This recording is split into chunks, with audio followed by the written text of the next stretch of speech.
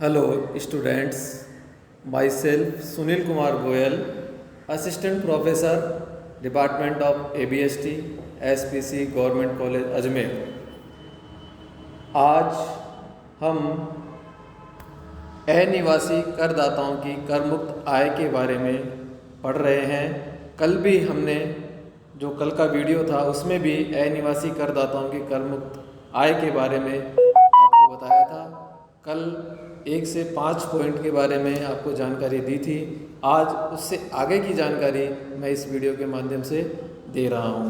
आज पॉइंट 6 पे विदेशी कंपनी को तकनीकी सेवाओं के बदले प्राप्त पारिश्रमिक जो उसको मिलता है, विदेशी कंपनी को तकनीकी सेवाओं को देने के बदले में जो पारिश्रमिक विदेशी कंपनी को प्राप्त होता है वो कर मुक्त होता है। ऐसा पारिश्रमिक जिसकी घोषणा केंद्र सरकार के द्वारा सरकारी गजट में की गई हो। इस तरह की रॉयल्टी या फीस भारत की सुरक्षा के संबंध में भारत में अथवा भारत के बाहर दी गई सेवाओं के लिए विदेशी सरकार के साथ अनुबंध के तहत प्राप्त होनी चाहिए। वो विदेशी कंपनी को प्राप्त पारिश्रमिक कर मुक्त धारा 10 के अंतर्गत होगी। 7वां पॉइंट है अनिवासी विदेशी कंपनी को रॉयल्टी या तकनीकी सेवाओं के रूप में आय। अनिवासी कंपनी को छोड़ करके अन्य अनिवासी व्यक्तियों को या विदेशी कंपनी को राष्ट्रीय तकनीकी शोध संगठन से रॉयल्टी के रूप में भारत में या भारत के बाहर दी गई तकनीकी सेवाओं से कोई आय प्राप्त होती है तो वह कर निर्धारण वर्ष 18-19 से कर मुक्त होगी। पॉइंट नंबर 8, सलाहकार को पारिश्रमिक अथवा फीस के रूप में प्राप्त आय। तकनीकी सहायता कार्यक्रम के सलाहकार को किसी अंतर्राष्ट्रीय संगठन से प्रत्यक्ष या अप्रत्यक्ष रूप से कोई पारिश्रमिक प्राप्त या कोई फीस प्राप्त होती है तो वह कर मुक्त होगी, बशर्ते ऐसा पारिश्रमिक या फीस का भुगतान उस कोष के लिए किया गया हो जो इस संगठन को विदेशी सरकार के द्वारा किसी तकनीकी सहायता अनुदान के समझौते के तहत उपलब्ध कराया गया हो।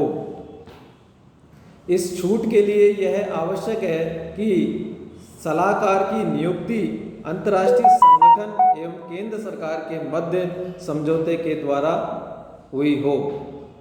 यहाँ सलाहकार से जो आशय है वो यह है कि या तो वह व्यष्टि है तो वह भारत का नागरिक नहीं होना चाहिए, और यदि भारत का नागरिक है तो वह असाधारण निवासी होना चाहिए, और यदि वह व्यष्टि नहीं है, फर्म अथवा कंपनी है, तो वह भारत में अनिवासी करदाता होना चाहिए। नेक्स्ट पॉइंट है सलाहकार के कर्मचारी को पारिश्रमिक के रूप में प्राप्त आय।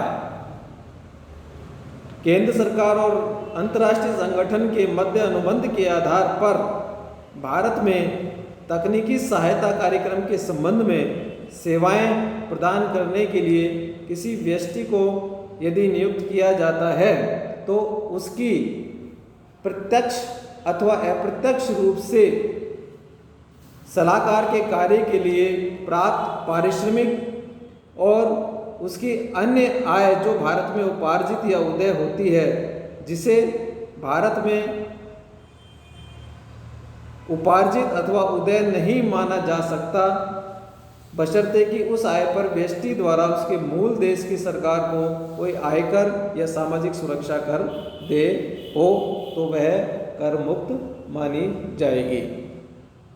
नेक्स्ट पॉइंट है उपर्युक्त जो 7th और 8th आपके पैरा में जो वर्णित जो व्यक्ति है व्यष्टि हैं, उनके परिवार के सदस्यों की आय के संबंध में भारत में आए हुए उनके परिवार के किसी सदस्य की वह आय जो उसे भारत के बाहर उपार्जित या उदय होती है और उसे भारत में उपार्जित या उदय नहीं माना जा सकता हो, कर मुक्त होगी।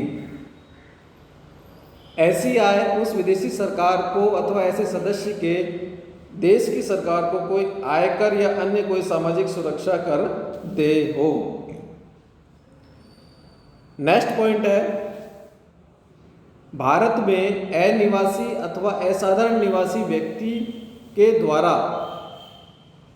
विशिष्ट आर्थिक क्षेत्र अधिनियम 2005 के संदर्भ में ऑफशोर बैंकिंग इकाई में 31 मार्च 2005 के बाद यदि कोई राशि जमा की गई है और उसके जमा राशि पर कोई ब्याज के रूप में कोई आय प्राप्त होती है तो वह आय भी कर मुक्त होगी।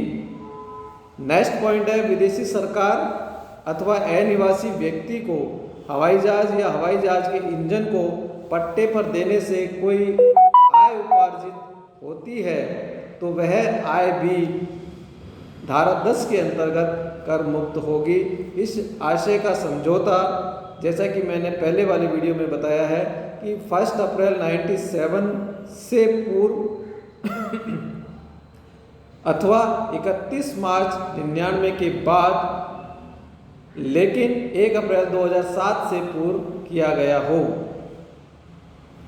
और केंद्र सरकार के द्वारा वह अनुमोदित हो तो वह उस उपार्जित आय यहाँ पर धारा 10 के अंतर्गत कर मुक्त होगी। यहाँ पर मैं आपको ये बताना चाहता हूँ कि कलपुर्जों, सुविधाओं और सेवाओं के लिए प्राप्त भुगतान कर मुक्त नहीं होगा। आज के वीडियो में इतना ही। धन्यवाद।